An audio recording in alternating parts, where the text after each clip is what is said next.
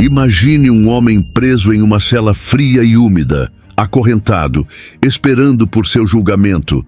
Ele poderia estar desesperado, mas em vez disso, ele escreve uma carta que mudaria a história do cristianismo. Uma carta cheia de mistérios, revelações e um chamado à plenitude de Cristo. Mas o que essa carta realmente dizia? E por que ela é tão poderosa até hoje? Hoje, vamos explorar a grandiosa história da carta aos Efésios e descobrir como ela pode transformar a sua vida. Antes de explorarmos essa história incrível, aproveite e se inscreva no canal. Assim, você não perde nenhum conteúdo como esse e continua crescendo na fé. Agora, vamos lá. No primeiro século, o Império Romano exercia um domínio absoluto sobre boa parte do mundo conhecido.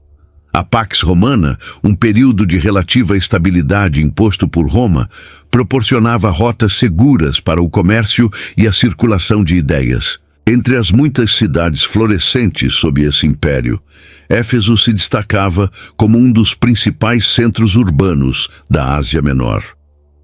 Localizada na atual Turquia, era um polo comercial vital, abrigando um dos maiores portos da região e conectando diversas rotas terrestres que levavam ao interior do continente. Mas além de sua importância econômica, Éfeso era um centro religioso e espiritual. Seu templo dedicado à deusa Diana, também chamada de Ártemis, era uma das 7 maravilhas do mundo antigo e atraía peregrinos de todas as partes. Atos dos Apóstolos, capítulo 19, versículo 27. A cidade possuía uma atmosfera carregada de paganismo. Os sacerdotes do templo de Diana acumulavam grandes riquezas através da venda de amuletos e imagens da deusa, enquanto magos e praticantes de feitiçaria prometiam poder e conhecimento oculto aos que buscavam suas artes. A idolatria estava profundamente enraizada na cultura efésia, tornando-se não apenas um aspecto religioso, mas também um negócio altamente lucrativo. Essa influência espiritual corrompia até mesmo a moral da sociedade, onde imoralidade sexual, exploração e injustiça social eram normalizadas. Nesse cenário, qualquer mensagem que desafiasse a adoração a Diana representava uma ameaça direta à economia e à cultura da cidade.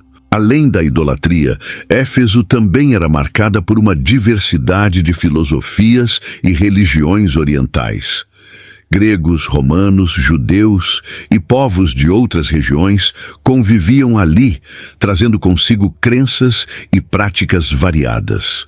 Os judeus, apesar de terem sinagogas estabelecidas na cidade, eram uma minoria, e seu monoteísmo contrastava fortemente com a religiosidade politeísta dominante.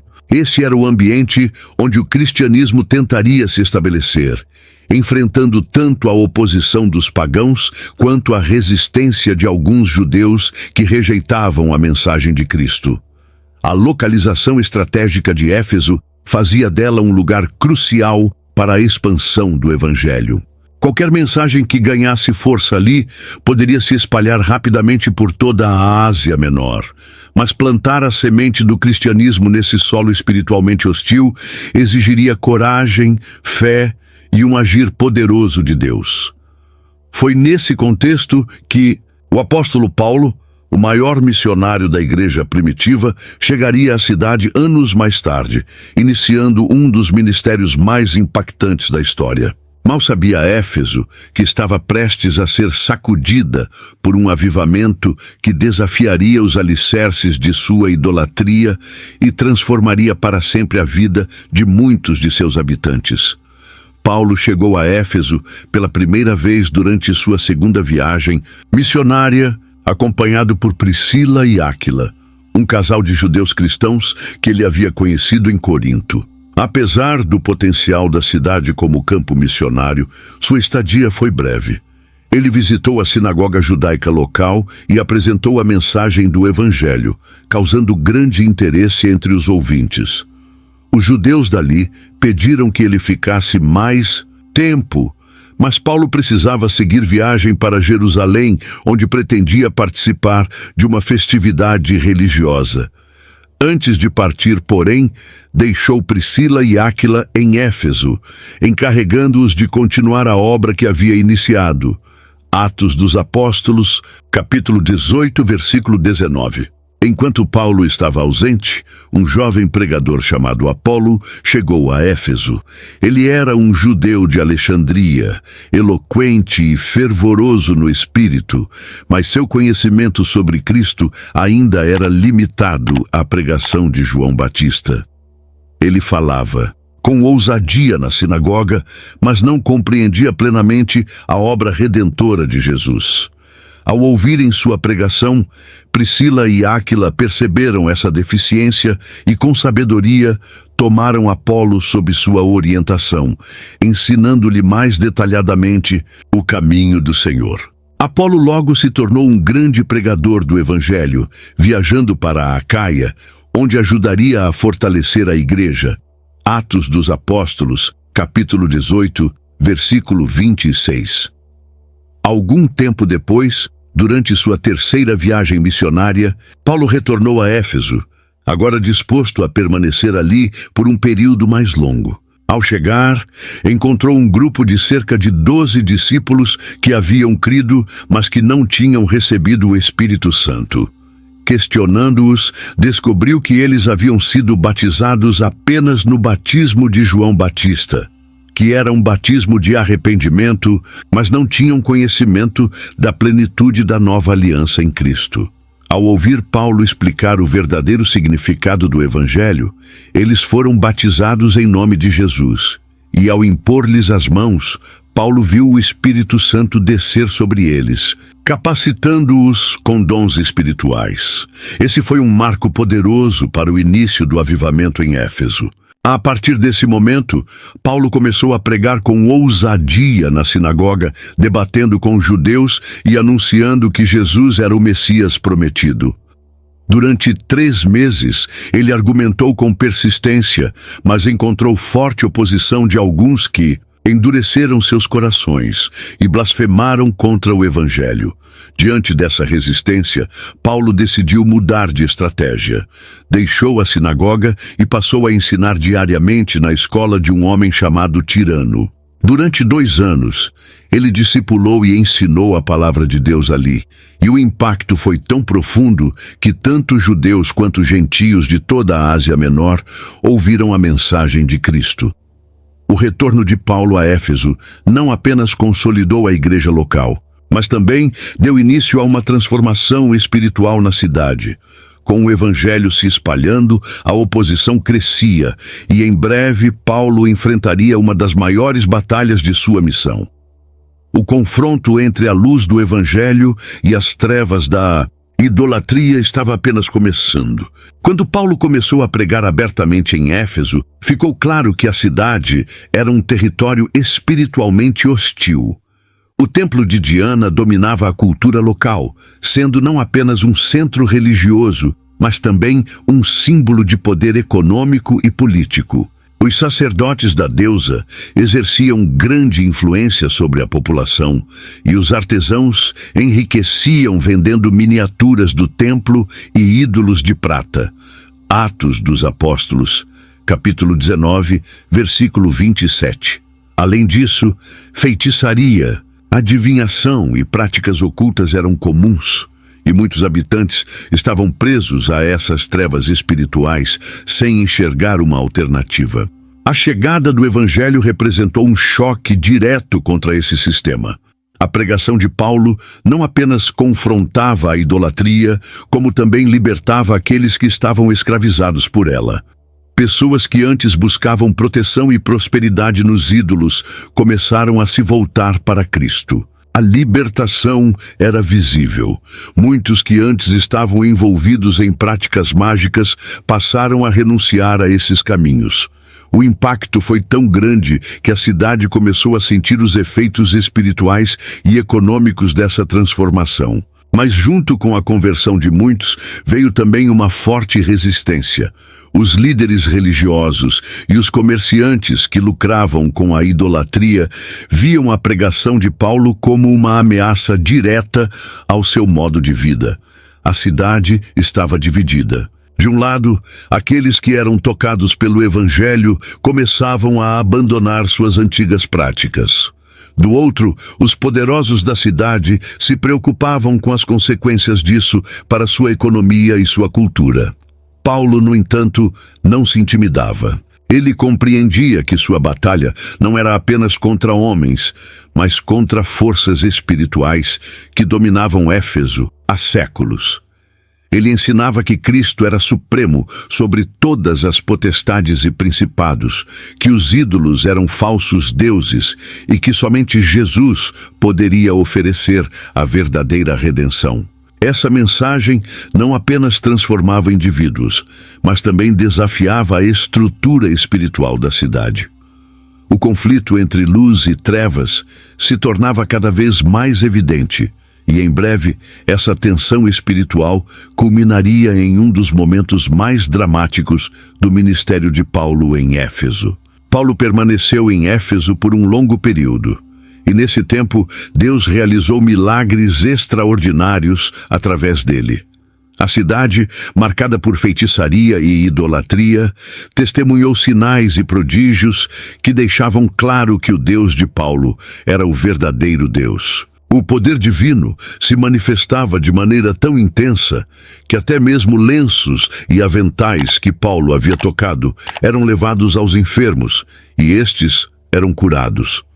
Espíritos malignos eram expulsos, e muitos que estavam sob opressão espiritual eram libertos apenas pelo contato com esses objetos. Atos dos Apóstolos, capítulo 19, versículo 11. A fama desses acontecimentos se espalhou rapidamente, e a cidade inteira passou a falar sobre o poder do nome de Jesus. O impacto do ministério de Paulo em Éfeso foi tão grande que até mesmo os praticantes de artes ocultas começaram a temer o Deus que ele pregava. Muitos que antes confiavam em feitiços e encantamentos começaram a questionar a eficácia de seus rituais diante dos milagres que presenciavam. Alguns tentaram se apropriar do nome de Jesus sem, de fato, conhecerem a Cristo. Foi o caso dos 7 filhos de Seva, um sacerdote judeu que tentava expulsar demônios invocando o nome de Jesus sem ter autoridade espiritual. Em uma de suas tentativas, um espírito maligno respondeu: "Conheço Jesus e sei quem é Paulo, mas vós quem sois?" O homem possesso então saltou sobre eles com violência, ferindo-os gravemente e forçando-os a fugir desnudos e humilhados. Esse episódio gerou grande temor na cidade e fez com que muitos reconhecessem que Jesus não era um nome a ser usado como fórmula mágica, mas sim o nome do Filho de Deus. Diante do que estava acontecendo, muitos dos que antes praticavam feitiçaria passaram a se arrepender de suas obras. Pessoas que tinham vivido anos mergulhadas em ocultismo decidiram abandonar definitivamente esse caminho. Como um ato público de renúncia, trouxeram seus livros de magia e os queimaram diante de todos.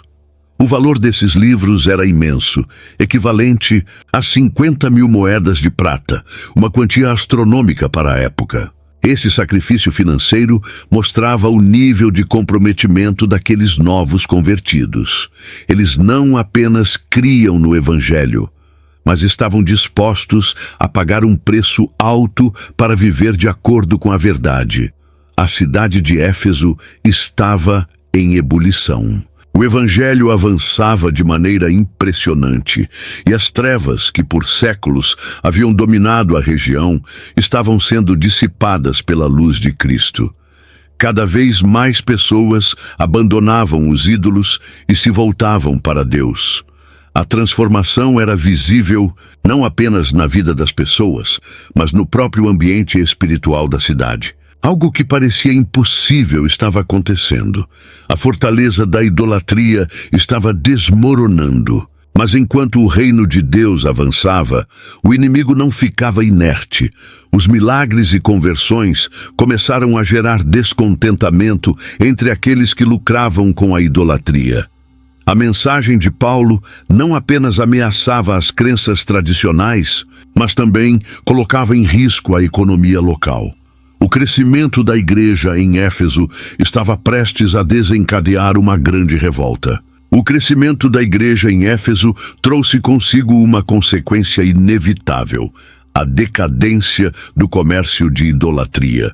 Os artesãos que fabricavam estátuas de prata da deusa Diana começaram a perceber que suas vendas estavam caindo drasticamente.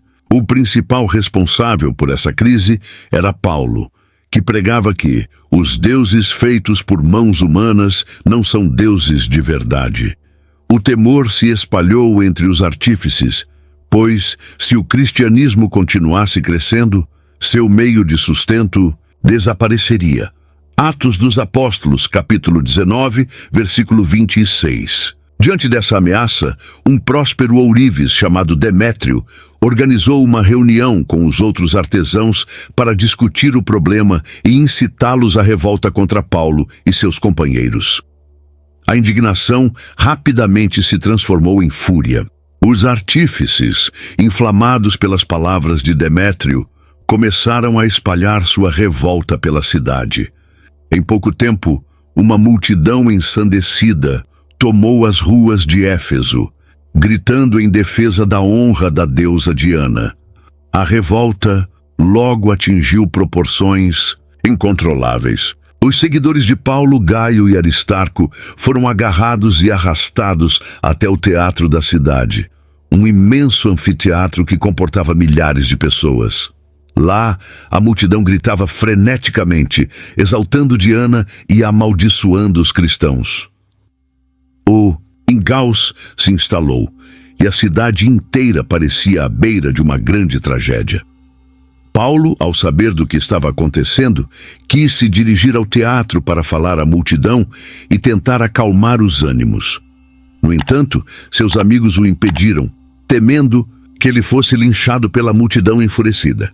Até mesmo algumas autoridades romanas que simpatizavam com Paulo lhe enviaram mensagens, pedindo que ele não se expusesse ao perigo.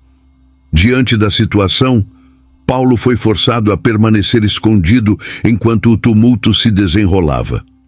A tensão era enorme e o destino de seus companheiros estava nas mãos de uma multidão cega pela ira e pela devoção a Diana.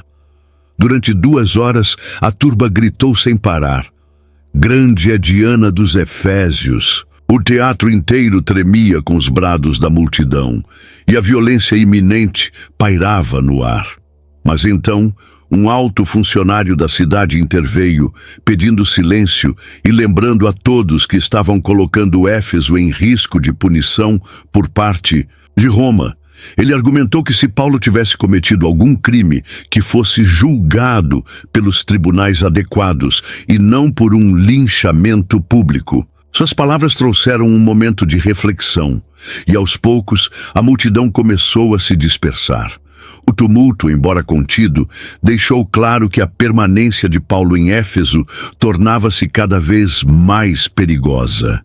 Ele havia conquistado muitas almas para Cristo, mas também havia se tornado alvo de uma hostilidade crescente.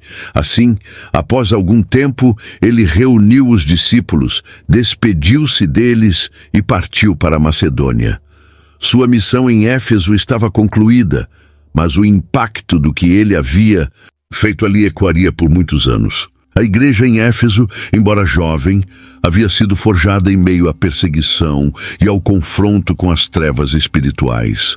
O trabalho de Paulo não apenas estabeleceu uma comunidade de fé, mas também plantou as sementes para algo muito maior. Porém, a história dessa igreja estava longe de terminar. Anos mais tarde, de uma cela em Roma, Paulo voltaria a falar com os efésios. Não com sua voz, mas por meio de uma carta que se tornaria uma das mais profundas e reveladoras da fé cristã. A partida de Paulo de Éfeso não foi apenas uma mudança de rota, foi um adeus carregado de emoção e significado. Embora tivesse deixado a cidade às pressas devido à perseguição, ele nunca deixou de se preocupar com os irmãos que ali ficaram. Durante suas viagens missionárias, Paulo soube que enfrentaria tempos difíceis. O Espírito Santo já lhe revelava que cadeias e tribulações o aguardavam. Mesmo assim, ele decidiu continuar sua jornada e, antes de seguir para Jerusalém, quis fazer uma última parada significativa: encontrar-se com os anciãos da igreja de Éfeso. Atos dos Apóstolos, capítulo 20, versículo 17. Como entrar novamente em Éfeso poderia ser perigoso, Paulo pediu que os líderes da igreja se encontrassem com ele em Mileto, uma cidade próxima. Quando eles chegaram, Paulo, profundamente tocado, fez um discurso memorável. Ele relembrou seu tempo em Éfeso, sua dedicação ao Evangelho e os sofrimentos que enfrentou. Disse que nunca deixou de pregar a verdade, tanto em público quanto em particular, chamando judeus e gentios ao arrependimento. Agora, porém, ele estava sendo levado pelo Espírito Santo a Jerusalém, sem saber exatamente o que o aguardava, exceto que a prisão e as tribulações eram certas. As palavras de Paulo foram diretas e impactantes. Ele alertou os anciãos sobre os perigos que a igreja enfrentaria. Disse que lobos ferozes entrariam no meio do rebanho e que até mesmo entre os próprios cristãos surgiriam falsos mestres para desviar os discípulos da verdade. Ele os exortou a vigiar e a lembrar de seu exemplo. Um ministério dedicado, sem busca por riquezas, mas sustentado pelo trabalho e pela graça do Senhor. Por fim, citou uma frase marcante: mais bem-aventurada coisa é dar do que receber, ressaltando a essência do serviço cristão. O impacto de suas palavras foi tão profundo que todos começaram a chorar. Eles sabiam que nunca mais veriam Paulo. O apóstolo, comovido, ajoelhou-se e orou com eles. O clima era de despedida e gratidão. Quando Paulo terminou, os anciãos o abraçaram, choraram sobre seu ombro e o acompanharam até o navio. O homem, que havia sido usado por Deus para transformar Éfeso, agora partia, deixando para trás uma igreja forte, mas também um vazio no coração de seus irmãos. Essa despedida marcou o fim de uma era. Paulo seguiria para Jerusalém, onde seria preso, julgado e enviado a Roma. Mas mesmo encarcerado, sua missão não terminaria. Pelo contrário, foi da prisão que ele escreveria uma das mais poderosas epístolas já registradas, a Carta aos Efésios. O destino de Paulo mudou drasticamente após sua partida de Mileto. Em Jerusalém, foi falsamente acusado pelos líderes judeus, atacado pela multidão e quase morto. Foi salvo pelos soldados romanos, mas acabou detido. Após um longo período de julgamentos e perseguições, ele apelou para César, seu direito como cidadão romano, e foi enviado a Roma para ser julgado. Atos dos Apóstolos, capítulo 28, versículo 16. Roma era o centro do império, uma cidade de esplendor e decadência, onde a política e a corrupção caminhavam lado a lado. Paulo, no entanto, não chegou a ser lançado em uma masmorra. Ele ficou sob prisão domiciliar, guardado por soldados, mas ainda tinha liberdade para receber visitantes e ensinar. Foi nesse período que ele escreveu 4 cartas, que ficaram conhecidas como Epístolas da Prisão: Filipenses, Colossenses, Filemão e Efésios. A carta aos Efésios não foi escrita para resolver um problema específico, como algumas de suas outras epístolas. Em vez disso, Paulo revelou nela os mais profundos mistérios da fé cristã. Mesmo preso, sua visão espiritual estava mais elevada do que nunca. Ele não se via como um prisioneiro de Roma, mas sim prisioneiro de Cristo, alguém cujo sofrimento servia para a glória de Deus. A prisão, em vez de calá-lo, serviu para amplificar sua mensagem. Ele sabia que a igreja de Éfeso enfrentava desafios e precisava ser fortalecida. Por isso, escreveu com a autoridade de alguém que havia vivido tudo aquilo que pregava. Ele queria que os efésios compreendessem a grandiosidade do plano de Deus, sua identidade como igreja e o poder disponível para aqueles que estavam em Cristo. Naquele pequeno cômodo em Roma, com correntes nos pulsos, Paulo escreveu palavras que atravessariam séculos e transformariam milhões de vidas. A carta aos Efésios não era apenas um ensino para uma igreja local. Era uma revelação divina para todo o corpo de Cristo. Logo no início da carta, Paulo deixou claro seu propósito: mostrar aos Efésios a grandiosidade do que significa estar em Cristo. Ele não estava apenas escrevendo para corrigir erros doutrinários ou resolver disputas internas. Ele queria que eles entendessem quem eram em Deus e como isso mudava tudo. Paulo começou a epístola exaltando a soberania de Deus e sua graça. Ele declarou que, antes mesmo da fundação do mundo, Deus já havia escolhido seus filhos para serem santos e irrepreensíveis. Essa verdade mostrava que a salvação não era um acaso, mas parte de um plano eterno. Ele falou sobre a redenção pelo sangue de Cristo, a reconciliação com Deus e o selo do Espírito Santo como garantia da herança celestial. Efésios capítulo 1, versículo 4. A identidade cristã era o coração da mensagem de Paulo. Ele queria que os efésios compreendessem que não eram apenas indivíduos tentando viver uma fé. Eles eram filhos de Deus, membros de um corpo espiritual, herdeiros das promessas divinas. Não importava se antes eram judeus ou gentios, escravos ou livres, em Cristo todos eram um só. Paulo também revelou algo poderoso. A vida cristã não era apenas sobre perdão e salvação, mas sobre crescimento espiritual. Deus não chamava seu povo apenas para ser salvo, mas para viver a plenitude de Cristo. Isso significava amadurecer na fé, abandonar as velhas naturezas e caminhar em santidade. Essa visão elevada da identidade cristã foi um divisor de águas para os efésios. Eles não eram mais escravos de ídolos ou vítimas do destino.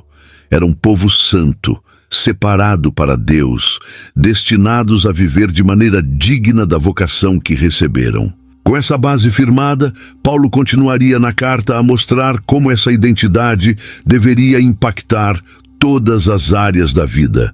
E à medida que avançamos no texto, descobrimos que a carta não era apenas um ensinamento para os efésios, mas para todos aqueles que buscavam viver a plenitude de Cristo. Ao longo da história bíblica, Deus revelou o seu plano progressivamente. No Antigo Testamento, ele escolheu Israel como seu povo, separando-o das nações para cumprir um propósito redentor. No entanto, havia um mistério ainda não totalmente compreendido: como Deus reuniria judeus e gentios em um só povo, sem distinção. Esse mistério foi plenamente revelado na carta aos Efésios, onde Paulo anunciou que, por meio de Cristo, Deus estava unindo todas as pessoas em um só corpo espiritual, a Igreja. Efésios capítulo 3, versículo 6. Para os judeus, essa ideia era difícil de aceitar. Durante séculos, eles se viam como o povo exclusivo de Deus, separados dos gentios pelas leis e pelos mandamentos. Já os gentios, por sua vez, estavam acostumados a serem vistos como estrangeiros, indignos das promessas divinas. Mas Paulo declarou algo revolucionário. Em Cristo não havia mais barreiras. Judeus e gentios agora compartilhavam a mesma herança, a mesma promessa e o mesmo espírito. O muro de separação havia sido derrubado, e o novo templo de Deus não. Era mais um edifício físico, mas um povo espiritual, edificado sobre Cristo. Essa revelação era tão impactante que Paulo a chamou de o mistério oculto desde os séculos. Deus, em sua sabedoria, havia guardado esse plano até que Cristo viesse ao mundo e, por meio de sua cruz, reconciliasse todos os povos. Essa nova realidade transformava completamente o conceito de fé. O que antes era restrito a uma nação, agora se estendia a todas as tribos, línguas e nações. A igreja, portanto, não era uma organização humana, mas um organismo vivo, sustentado pelo Espírito Santo. Paulo enfatizou que os cristãos não eram apenas indivíduos buscando a Deus isoladamente, mas membros uns dos outros, unidos pelo mesmo sangue redentor. Esse entendimento mudou a forma como os primeiros cristãos viviam e como a fé foi espalhada pelo mundo. O mistério da igreja era uma prova da infinita sabedoria de Deus. Ele estava criando um povo que não era definido por fronteiras geográficas ou culturais, mas pela fé no Filho de Deus. Esse novo povo teria uma missão clara: ser a manifestação visível do reino de Deus na terra. Após revelar o mistério da igreja, Paulo enfatizou uma verdade essencial. A unidade entre os cristãos era a base para que a igreja cumprisse sua missão. Ele começou o capítulo 4 de sua carta com um forte apelo para que os efésios vivessem de forma digna dessa vocação, preservando a paz e a harmonia entre os irmãos. Efésios, capítulo 4, versículo 3. Para Paulo, essa unidade não era algo opcional ou superficial. Era um reflexo da própria natureza de Deus. Assim como existe um só Deus, um só Senhor e um só Espírito, também deveria haver um só corpo, uma só fé e um só batismo. Essa verdade mostrava que a igreja não poderia ser dividida por disputas ou egoísmo. A comunhão entre os crentes era essencial para que o mundo enxergasse a glória de Deus. No entanto, essa unidade não significava uniformidade. Paulo deixou claro que Deus concedeu dons diferentes a cada membro da igreja. Alguns foram chamados para ser apóstolos, outros profetas, outros evangelistas, pastores e mestres. Esses dons não eram para a exaltação pessoal, mas para a edificação do corpo de Cristo. A maturidade espiritual vinha quando cada membro exercia sua função corretamente, contribuindo para o crescimento da igreja como um organismo saudável. A maturidade cristã era um dos alvos dessa unidade. Paulo afirmou que Deus queria que seu povo crescesse até atingir a estatura de Cristo. Isso significava abandonar comportamentos infantis, rejeitar falsas doutrinas e permanecer firmes na verdade. Um cristão maduro não era facilmente enganado por ventos de ensinamentos enganosos, mas permanecia enraizado na palavra. Essa visão de unidade foi um desafio para a igreja primitiva, assim como continua sendo para a igreja moderna. O verdadeiro cristianismo não se baseia em divisões denominacionais ou diferenças culturais, mas na plena unidade em Cristo. Quando os cristãos vivem em harmonia, o mundo vê o reflexo do amor de Deus. A transformação que Paulo ensinava não era apenas teórica, ela deveria ser visível na vida diária. Ele comparou a vida cristã a um ato de despir-se da velha natureza e vestir-se da nova. Os efésios eram chamados a abandonar o velho homem, marcado pelo pecado, mentira, ira e imoralidade, e a se revestir do novo homem, criado segundo a justiça e santidade de Deus. Efésios capítulo 4, versículo 24. Essa nova natureza não era simplesmente um conjunto de regras religiosas. Era uma mudança profunda no caráter, fruto da obra do Espírito Santo. Paulo exortou os efésios a falarem a verdade, a controlarem suas emoções e a viverem em amor. O cristão não deveria roubar, mas trabalhar honestamente. Não deveria usar palavras destrutivas, mas palavras que edificam. Não deveria ceder à amargura e ao ódio, mas perdoar, assim como Cristo os perdoou. A mudança não era apenas externa, mas interna. Paulo deixou claro que a antiga forma de viver estava corrompida pelos desejos enganosos e que a renovação da mente era essencial. A verdadeira conversão acontecia quando a mentalidade era transformada e alinhada com a vontade de Deus. Isso significava não apenas evitar o pecado, mas desejar aquilo que era puro e santo. Esse ensinamento era particularmente importante para os efésios, que viviam em uma cidade onde a imoralidade era normalizada. O culto a Diana envolvia práticas sexuais pagãs, e a sociedade estava mergulhada em luxúria e corrupção. Mas Paulo os chamava para um padrão mais alto, um estilo de vida que refletisse a glória de Deus. O chamado para viver a plenitude de Cristo envolvia um compromisso diário. Não bastava ouvir a mensagem ou concordar com ela. Era necessário colocá-la em prática, vivendo de forma digna do chamado celestial. Paulo nunca tratou a fé cristã como algo meramente filosófico ou teórico. Para ele, o Evangelho era poder de Deus, e aqueles que seguiam a Cristo estavam em meio a um conflito invisível, mas real. Ele sabia que a luta da igreja não era apenas contra opositores humanos, mas contra forças espirituais que operavam nos bastidores da história. Por isso, em sua carta aos Efésios, ele revelou a realidade de uma batalha invisível, onde os cristãos enfrentavam inimigos muito além da carne e do sangue. Efésios, capítulo 6, versículo 12. O apóstolo descreveu um cenário de guerra. Havia um inimigo poderoso e organizado, o diabo e seus exércitos de demônios, que agia em diferentes esferas da existência. Paulo mencionou principados, potestades, dominadores deste mundo tenebroso e forças espirituais da maldade nos lugares celestiais. Isso indicava que o mundo espiritual era estruturado e que as trevas tinham estratégias para destruir a fé dos cristãos, corromper a verdade e enfraquecer a igreja. Os efésios entendiam bem essa realidade. Eles haviam visto com os próprios olhos libertações de pessoas possuídas, magos renunciando seus feitiços e demônios reconhecendo a autoridade de Cristo.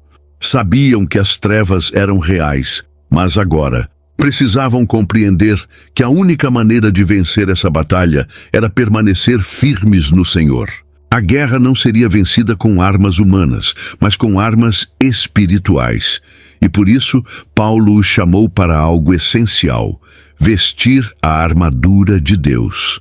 A batalha espiritual não era algo opcional para os cristãos. Era uma realidade inevitável. Cada discípulo de Cristo, ao decidir seguir a Deus, tornava-se alvo do inimigo. A luta contra as trevas não acontecia apenas nos grandes eventos espirituais, mas no cotidiano, em tentações sutis, em ataques contra a fé, em influências malignas sobre a mente e o coração. Paulo queria que os efésios estivessem preparados. Ele sabia que a perseguição externa era difícil, mas o verdadeiro perigo estava nas armadilhas espirituais que poderiam enfraquecê-los por dentro. Se a igreja não estivesse fortalecida, se não discernisse as estratégias do maligno, acabaria sucumbindo à batalha. Por isso, o apóstolo não apenas alertou sobre essa guerra, mas revelou como os cristãos deveriam lutar. Diante dessa realidade espiritual, Paulo entregou um dos ensinamentos mais profundos da fé cristã, a armadura de Deus.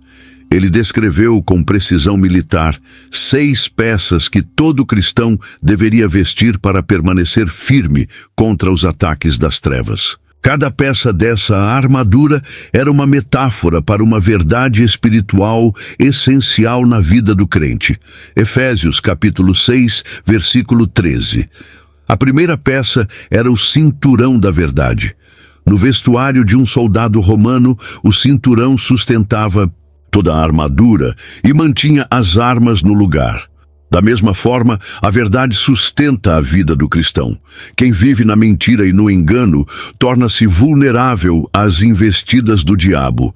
A verdade, que é Cristo, é o primeiro elemento essencial para resistir ao inimigo. Em seguida vinha a couraça da justiça. O peitoral de um soldado protegia os órgãos vitais, como o coração. No reino espiritual, a justiça de Deus é o que guarda o coração do crente. Essa justiça não vem das obras humanas, mas da fé em Cristo. Quem tenta lutar com base em sua própria justiça fracassa. Quem se reveste da justiça de Deus, porém, permanece inabalável. Nos pés, o cristão deveria calçar as sandálias do Evangelho da Paz.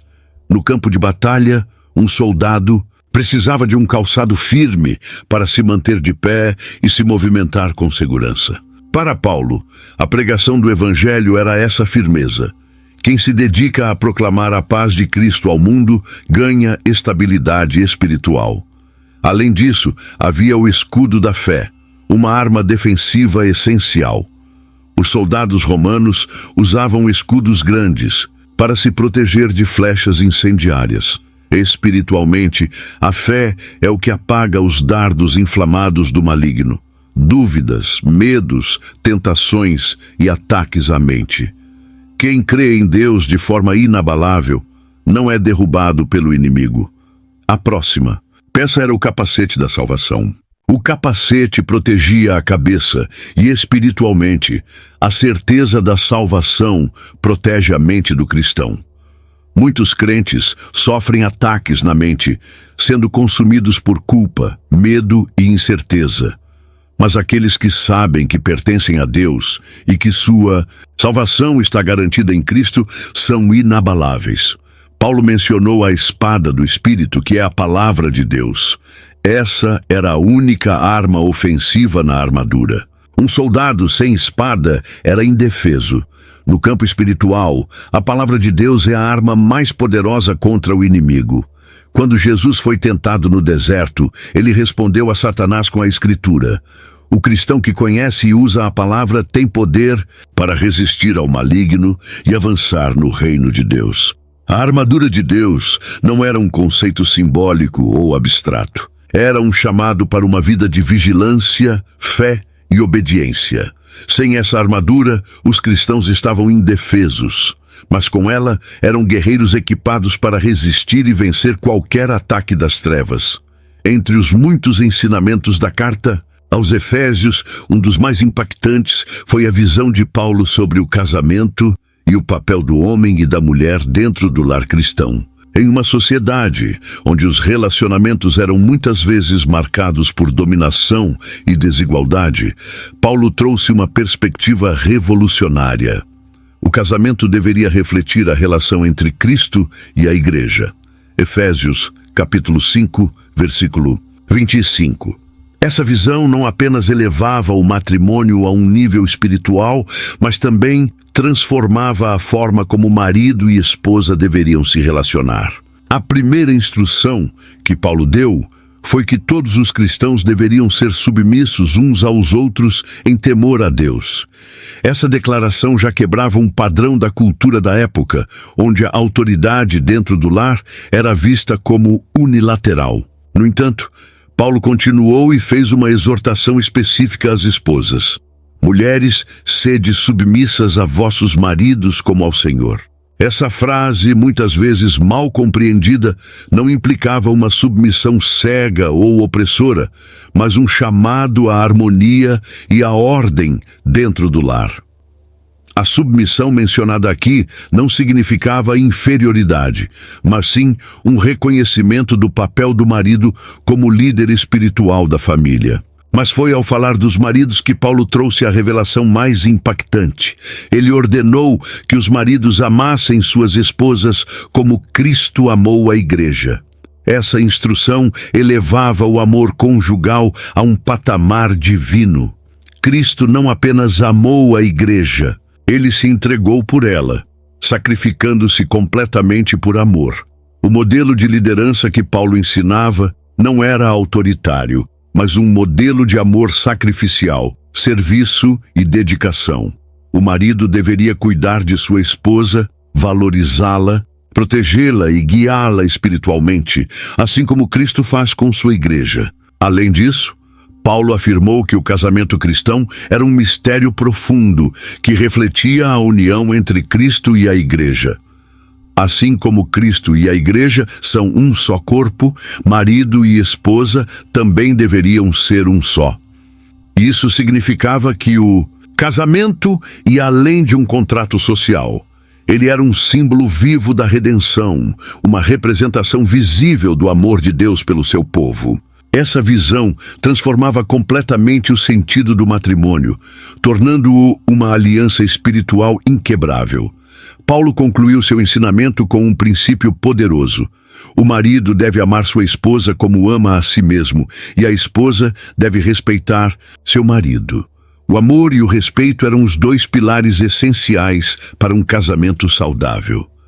Se o marido amasse sua esposa com o amor de Cristo e a esposa respeitasse seu marido com reverência, ambos experimentariam um relacionamento marcado por plenitude, unidade e crescimento espiritual.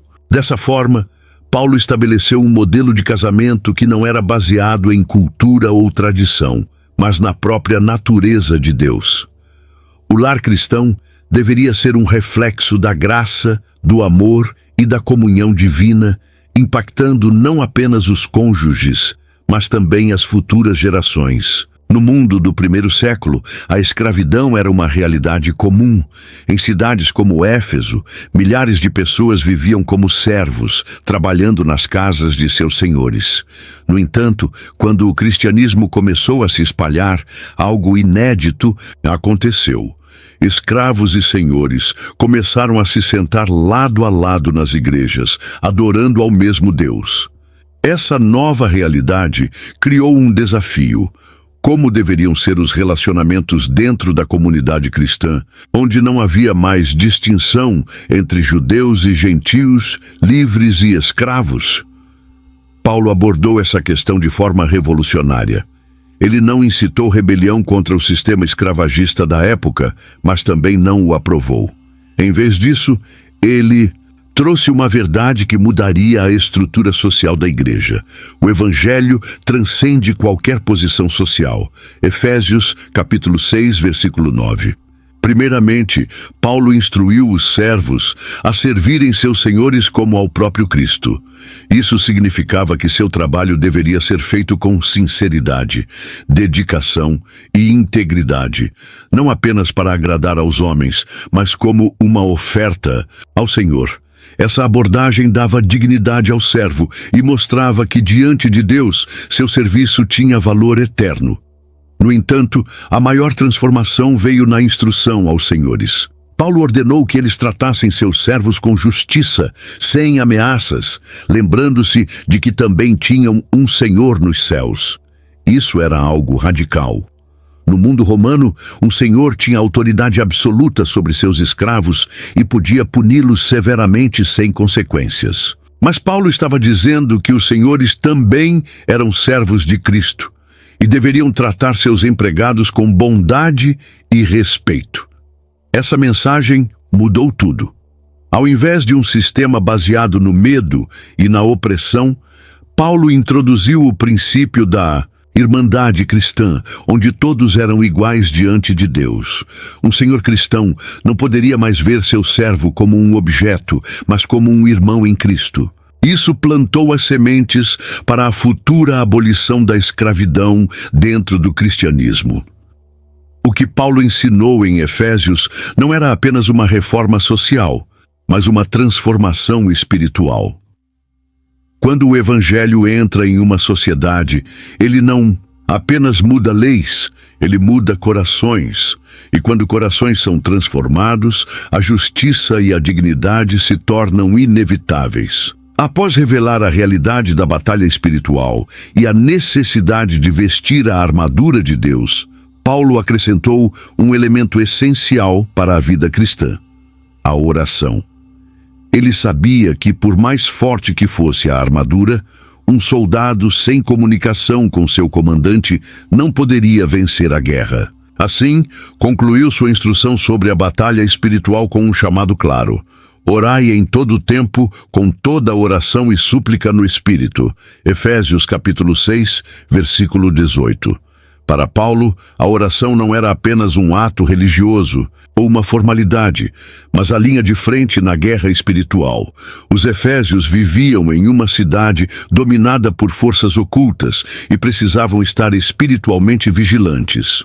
A oração não era apenas um pedido de bênçãos, mas um posicionamento no reino de Deus, um clamor que fortalecia os santos e frustrava os planos do maligno. Ele também destacou que a oração deveria ser constante e intensa. O termo orar, em todo o tempo, indicava que o cristão deveria estar sempre em comunhão com Deus, independente das circunstâncias. A vigilância era necessária, pois o inimigo não descansava.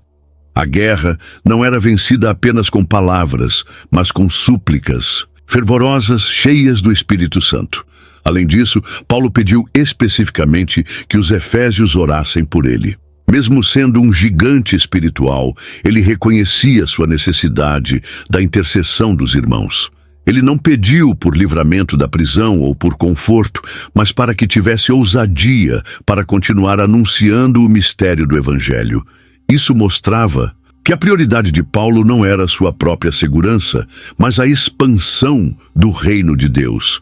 Essa exortação final era um lembrete de que a vida cristã não é passiva. Não basta apenas vestir a armadura, é preciso lutar. A oração é o fôlego da alma do guerreiro de Deus, a força invisível que move montanhas e destrói fortalezas espirituais. Com essa mensagem, Paulo não apenas fortaleceu os efésios, mas também nos deixou um princípio eterno.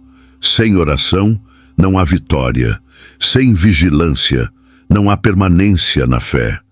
E sem comunhão com Deus, não há força para resistir às trevas. A epístola de Paulo não foi apenas um ensinamento para um grupo específico de cristãos. Ela moldou o destino da igreja em Éfeso. Após receber essa carta, os efésios foram fortalecidos na fé e se tornaram uma das igrejas mais influentes da Ásia Menor. Durante décadas, a cidade que antes era um centro de idolatria e ocultismo se tornou um dos maiores polos cristãos do mundo antigo. Os ensinamentos de Paulo ecoaram por gerações. Líderes da igreja, como Timóteo e o próprio apóstolo João, passaram a cuidar da comunidade cristã de Éfeso.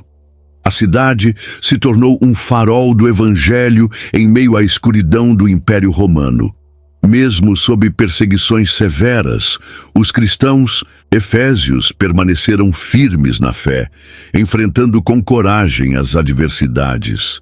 Anos mais tarde, Jesus Cristo enviaria uma mensagem especial à igreja de Éfeso por meio do apóstolo João, registrada no livro do Apocalipse.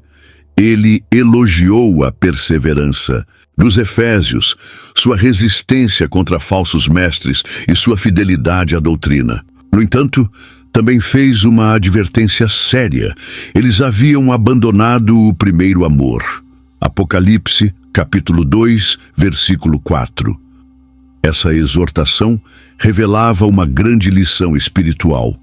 Uma igreja pode ser forte em conhecimento, resistente à heresia e ativa em boas obras, mas se perder o fervor do amor por Cristo, corre o risco de se tornar fria e mecânica. O amor era a essência do Evangelho, e Jesus os chamou ao arrependimento para que voltassem à paixão inicial de sua fé. Apesar desse alerta, a igreja de Éfeso permaneceu como um pilar do cristianismo por séculos. Os cristãos ali formaram uma base sólida para a expansão do Evangelho em toda a Ásia Menor. O impacto da carta aos Efésios não foi temporário. Ele atravessou gerações e continua vivo até os dias de hoje. A carta aos Efésios não foi apenas uma carta para um grupo de crentes do primeiro século. Ela é um documento vivo que continua moldando a fé de milhões ao redor do mundo. Seus ensinamentos permanecem tão relevantes hoje quanto eram há 2000 anos. Essa carta nos revela quem somos em Cristo. Em um mundo onde a identidade das pessoas é definida por status, aparência e conquistas materiais, Efésios nos lembra que nossa verdadeira identidade está em Deus. Somos filhos adotivos, herdeiros das promessas, selados com o Espírito Santo e chamados para um propósito eterno. Ela também nos ensina como viver em unidade. Em uma época de divisões, conflitos e sectarismos dentro da igreja, Efésios nos chama de volta à visão de um só corpo, uma só fé, um só Senhor. A igreja não é um conjunto de denominações, mas um organismo vivo, onde cada membro tem um papel essencial. Além disso, Efésios nos equipa para a batalha espiritual.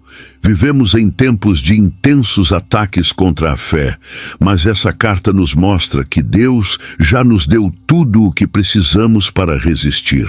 Com a armadura de Deus, com a oração constante e com uma vida fundamentada na verdade, podemos permanecer firmes até o fim. E, acima de tudo, essa carta nos ensina sobre o amor de Cristo.